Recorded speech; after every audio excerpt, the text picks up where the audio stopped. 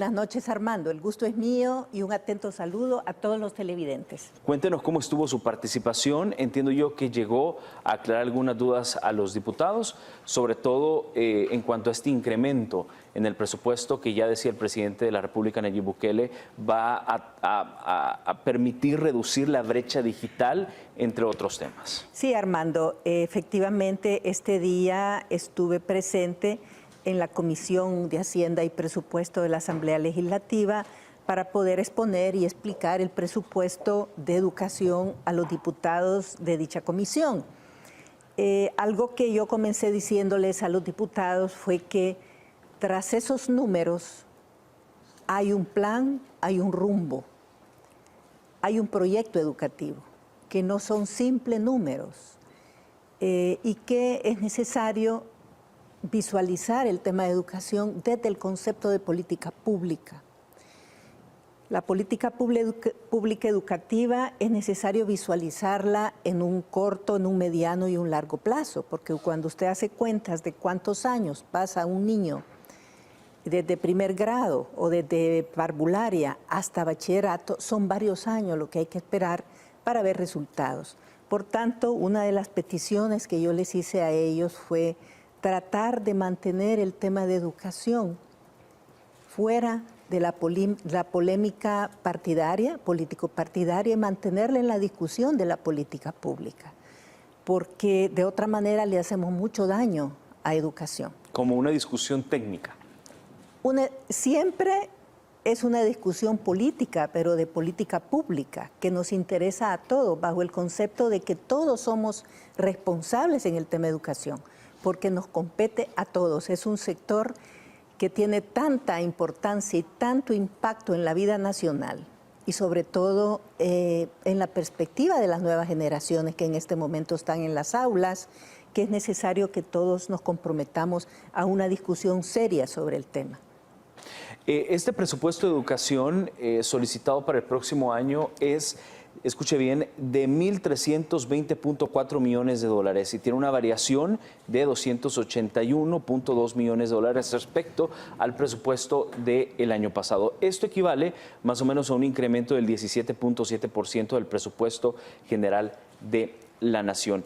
Este incremento en educación, ¿hacia dónde va a ir destinado? ¿Cuáles son las grandes apuestas que el pueblo salvadoreño estaría esperando una vez sea aprobado el presupuesto tal cual está y tal cual ustedes lo han planificado? Sí, una de las cosas que yo les expliqué a los diputados es que el año pasado, precisamente en esa misma comisión, yo les presenté, junto con el presupuesto del año 2020, el plan estratégico institucional que en ese momento estábamos desarrollando a través de talleres, consultas, se lo presentamos a la cooperación internacional, tuvimos participación de ONGs y fundaciones que trabajan con nosotros, que usualmente trabajan el tema educación, y cuando llega la pandemia, que estábamos a punto de publicar el plan, tuvimos que parar. Y varios meses después nos damos cuenta, 2 o 3 meses después, que tenemos que adecuar ese plan estratégico. Lo tenemos que adecuar y lo tenemos que priorizar. Y en algunos de sus aspectos lo tenemos que acelerar. En este momento estamos prácticamente terminando esa revisión, esa adecuación. Hemos agregado indicadores y metas que tienen que ver con el cumplimiento de los nuevos objetivos y aquellas estrategias que tenemos que acelerar después de la pandemia. Pero volviendo al presupuesto, Armando, algo que yo les explicaba a los diputados esta tarde, es que esta es una apuesta histórica para el ministerio, para el sector educativo en el país. O sea, por primera vez estamos llegando al 5% del Producto Interno Bruto.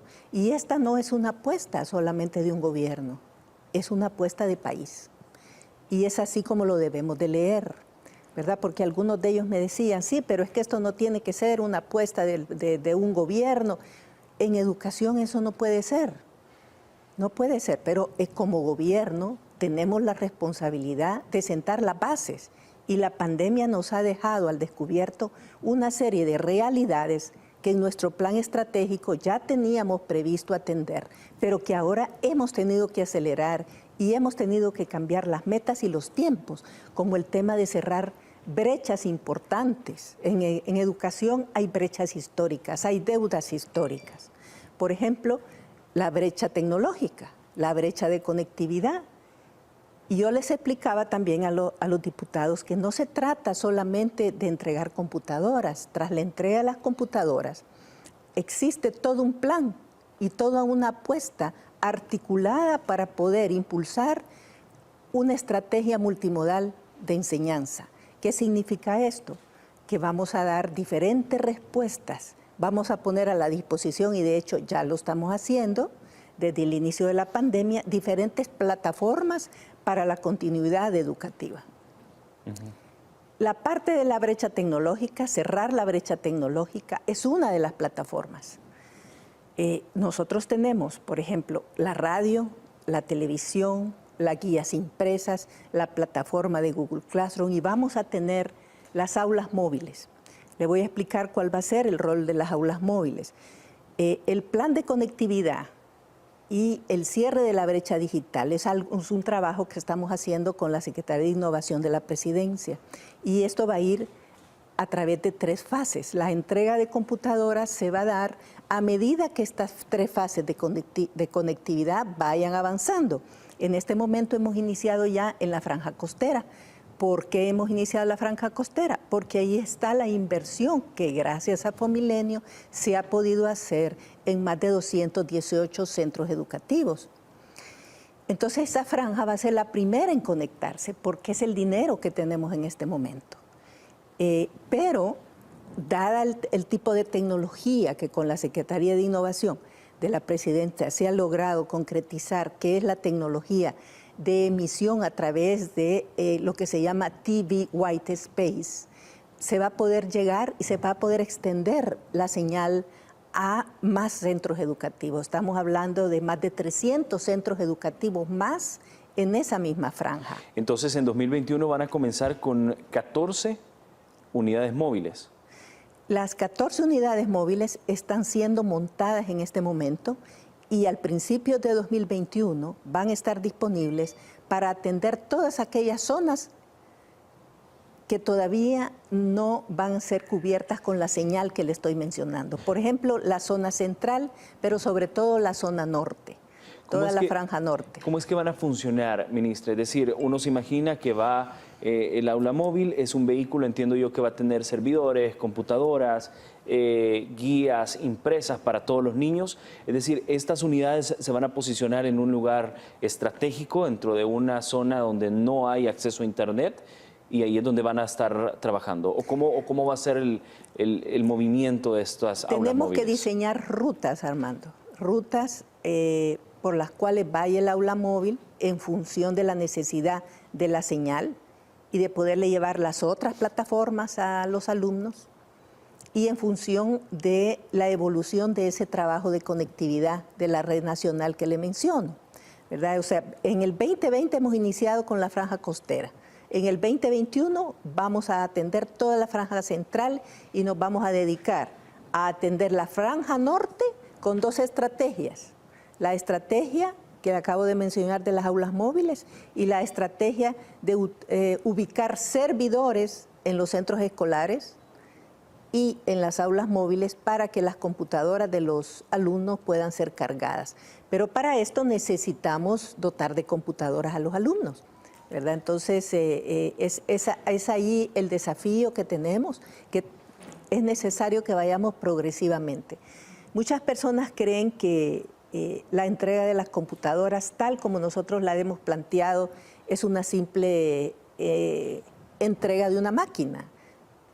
Yo creo que tenemos que ser responsables al respecto y darnos cuenta que no podemos hacer lo mismo que se hizo antes.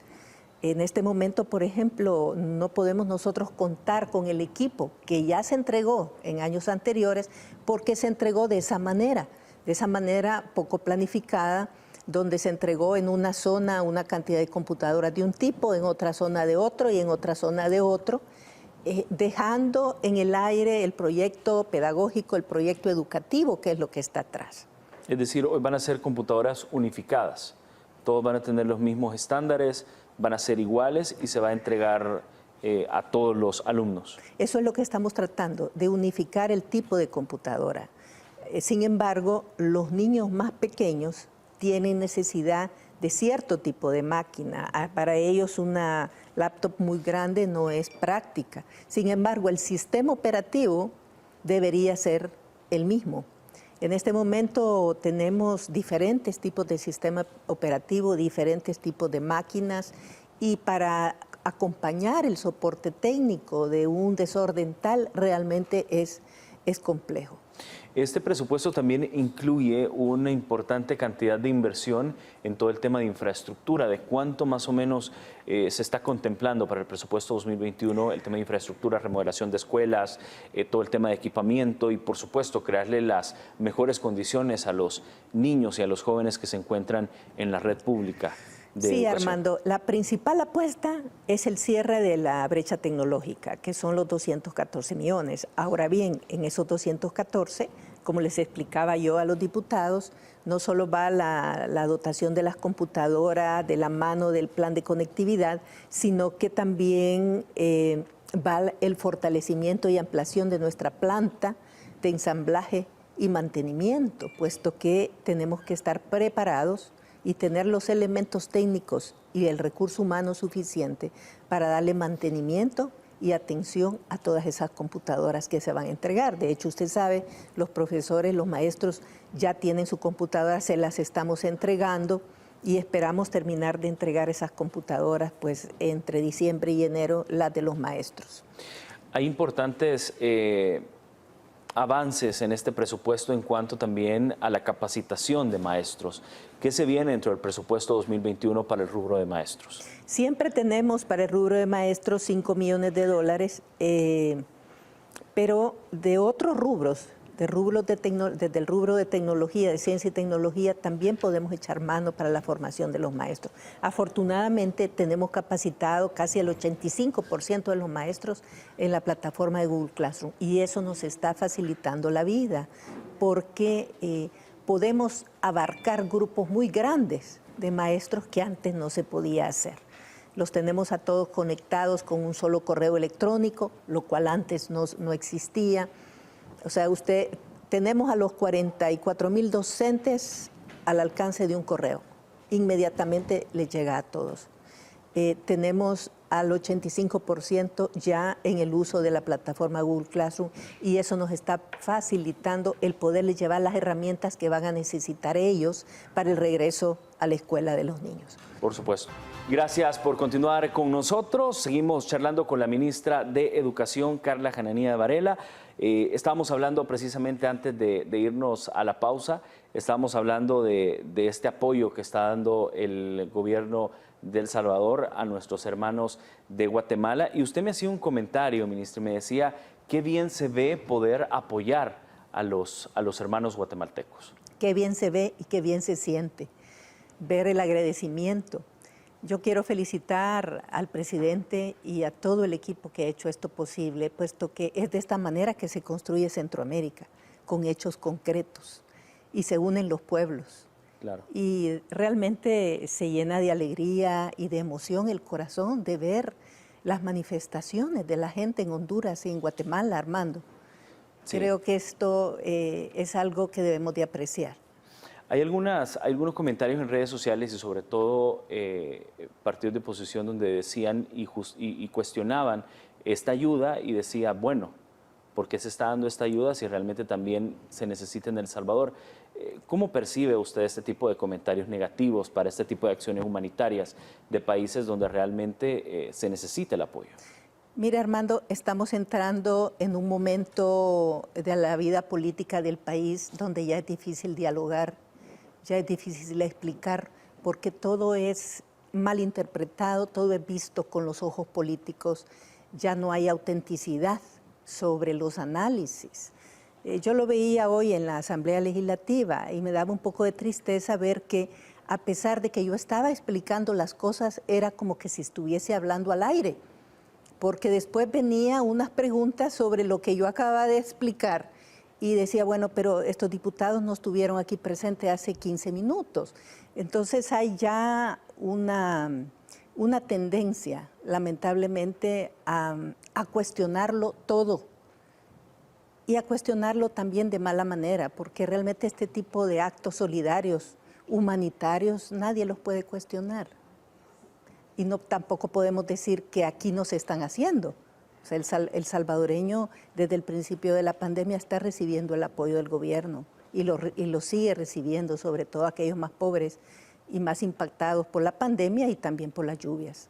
Claro, y precisamente del tema de lluvias es lo que quiero conversar a continuación. Entiendo yo que se mantiene la suspensión de clases, continúa la alerta roja en el país y entiendo yo también que hay algunos centros escolares que actualmente están funcionando como albergues. Cuéntenos un poco sobre la suspensión. Hay un comunicado que usted también dio a conocer hace poco donde decía que en efecto continúan suspendidas las clases virtuales. Virtuales, así es, Armando. Qué bueno que me toque ese punto, puesto que es necesario que la gente entienda, que la población entienda que en El Salvador hay diferentes realidades.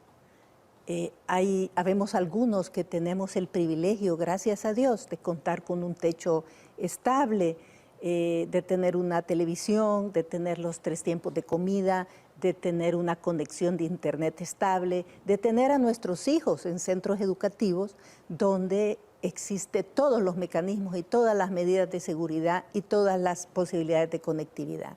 Pero hay otros que no, y son la mayoría. Y sobre todo, cuando existen estas circunstancias de mal tiempo, hay señal debilitada o no existe señal, hay lugares donde se han caído los postes de energía eléctrica, donde se ha suspendido la emisión de la televisión, de la franja educativa. Entonces yo le pido un poco de paciencia a la población salvadoreña y sobre todo a aquellos centros educativos que sí tenemos posibilidades de que seamos un poco más empáticos y que nos demos cuenta que la suspensión de actividades virtuales se debe a la situación de la alerta roja y no se debe a una decisión antojadiza del Ministerio de Educación. Pronto, gracias a Sandrita, a quien yo le agradezco y tengo el gusto de conocerla porque es una de las personas más calificadas en temas de medio ambiente y en temas de meteorología, nos ha dicho que va a empezar a salir el sol. Así que esperamos muy pronto anunciar la reanudación de las clases virtuales.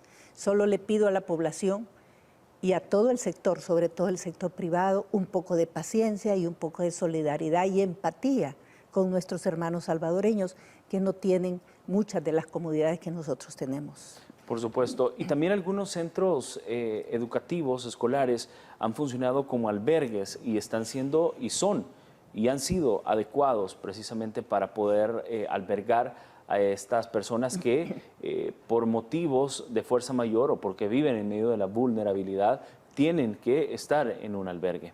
Actualmente, ¿cuántos centros escolares están funcionando como albergues temporales? Están aproximadamente funcionando con fluctuaciones porque la gente va y viene.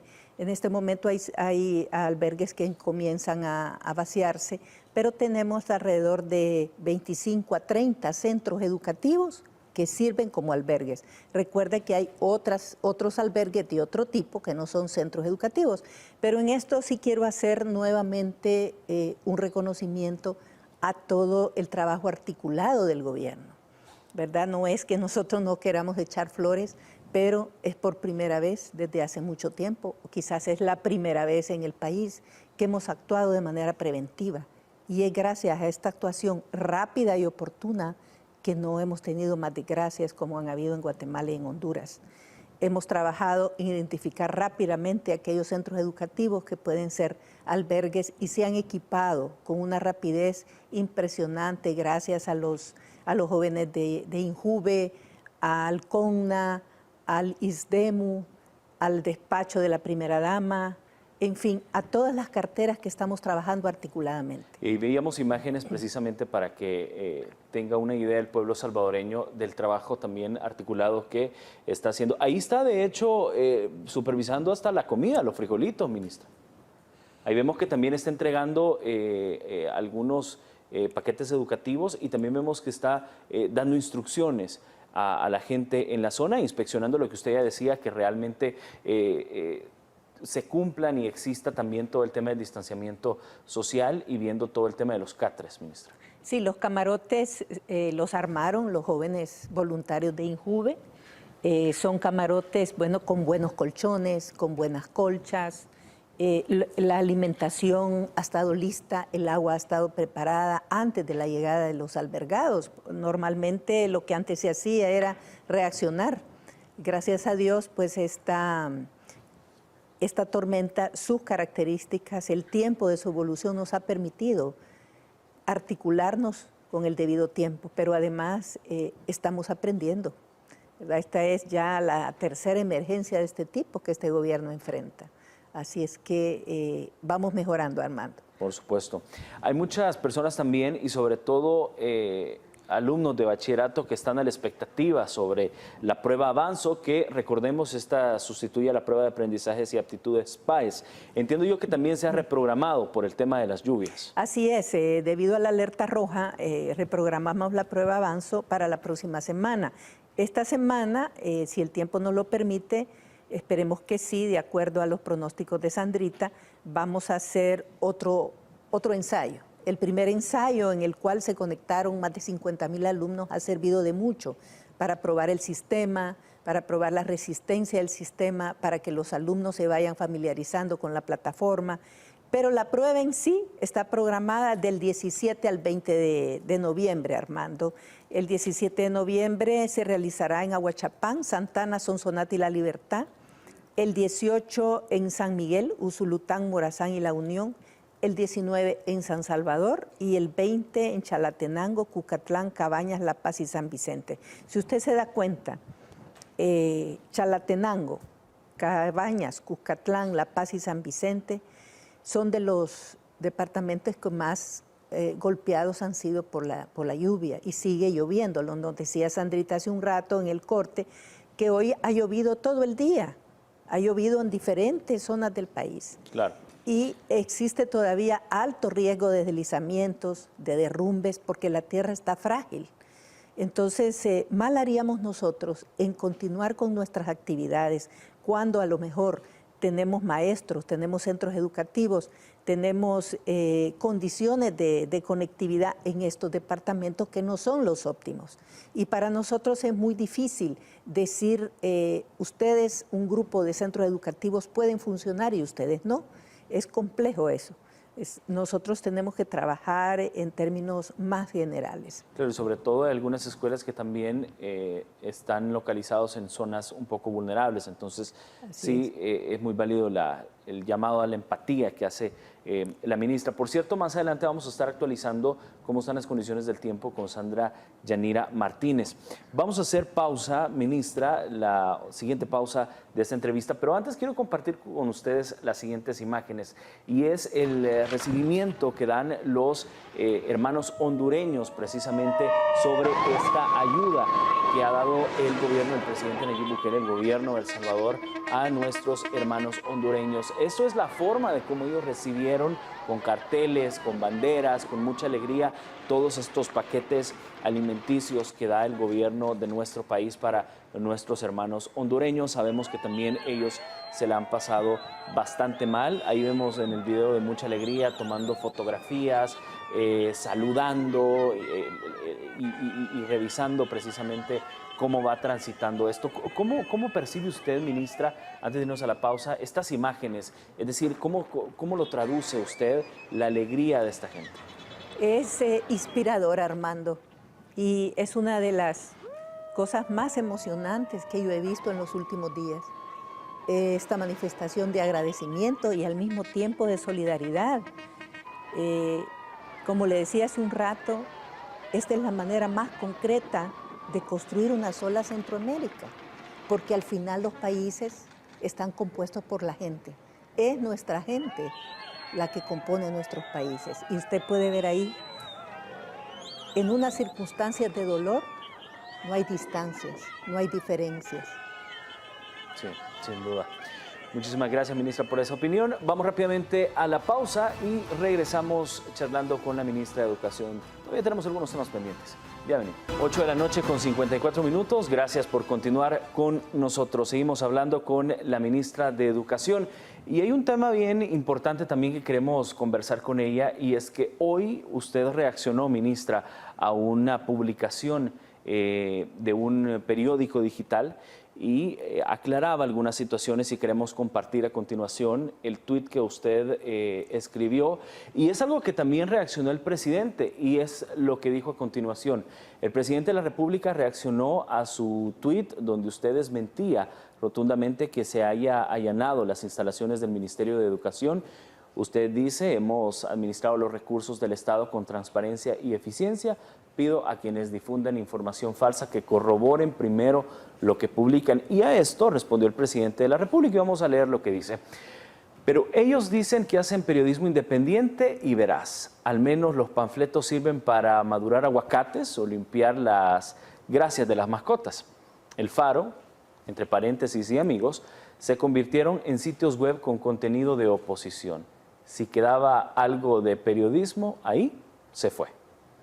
Y es en referencia precisamente a lo que ha publicado este periódico, donde aseguraba que la Fiscalía General de la República allanó esta mañana a los ministerios de Salud, Hacienda y Educación en una investigación abierta por los contratos de la pandemia.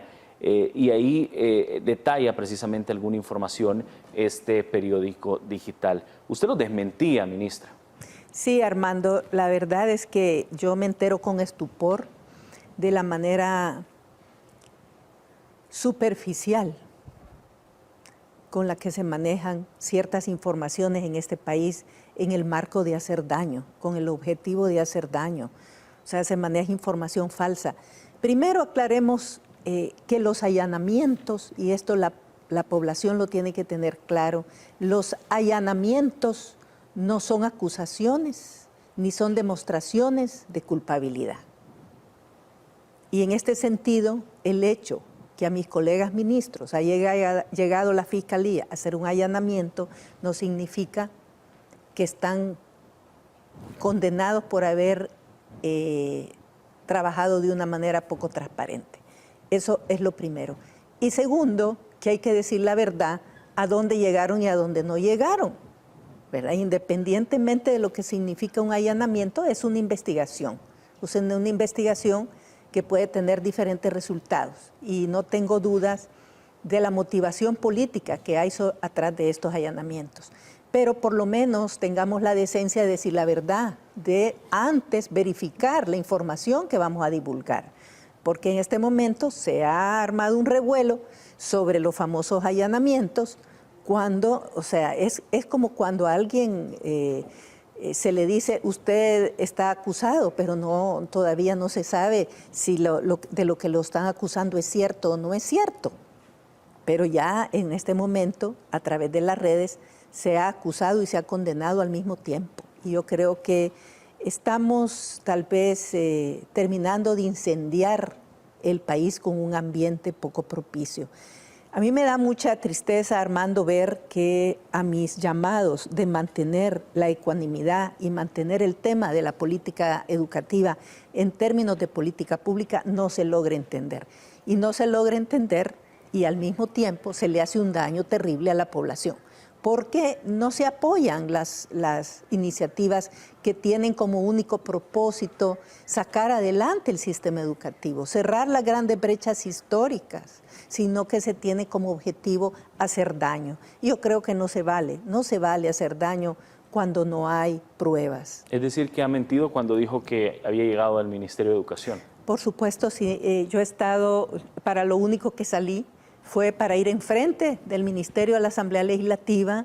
Estuve en comunicación permanente con la directora de auditoría al Ministerio de Educación. No ha llegado nadie este día.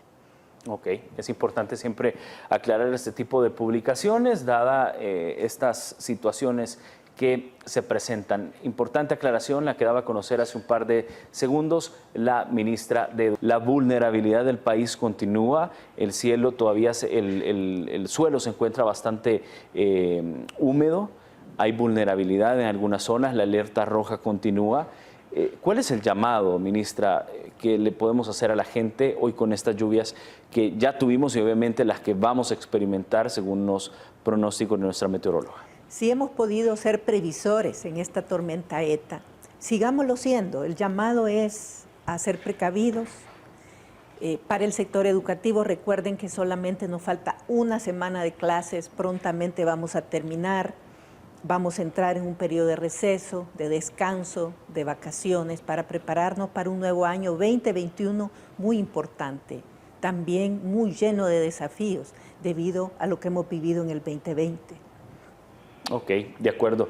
Muchísimas gracias, ministra, por su tiempo nuevamente. Gracias a usted, Armando. Para la audiencia.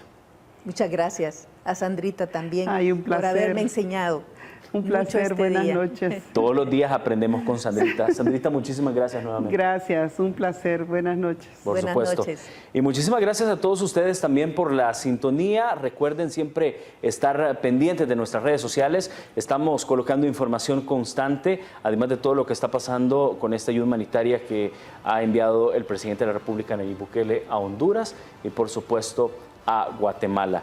Nos vemos mañana a las 8 de la noche. Recuerden la emisión estelar siempre a las 7. Cuídese. Buenas noches. Descanse.